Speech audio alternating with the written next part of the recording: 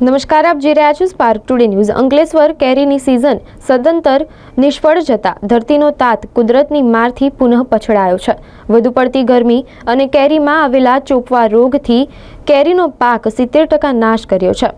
Climate ચેન્જની અસરથી કેરીના પાકમાં વિપુલ માત્રામાં ઘટાડો થયો છે। ઉનાળાની વહેલી શરૂઆત થતાં બચ્યો ખેંચ્યો આંબાનો મૂળ ખરી પડ્યો છે।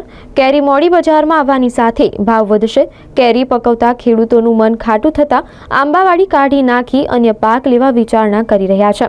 છેલ્લા 5 વર્ષથી સતત કેરીના પાકમાં પડી રહેલા ફટકાથી મીઠી કેરી પકવતા ખેડૂતોના મન ખાટા થયા છે। જ્યારે ખેડૂતો હવે આંબાવાડી કાઢી નાખી અન્ય ખેતી કરવાનું મન બનાવી રહ્યા છે। ચાલુ વર્ષે સ્થાનિક બજાર પ્રમાણમાં ઓછી અને કેરી ભાવ ઊંચા રહેવાનું ખેડૂતો જણાવી રહ્યા છે।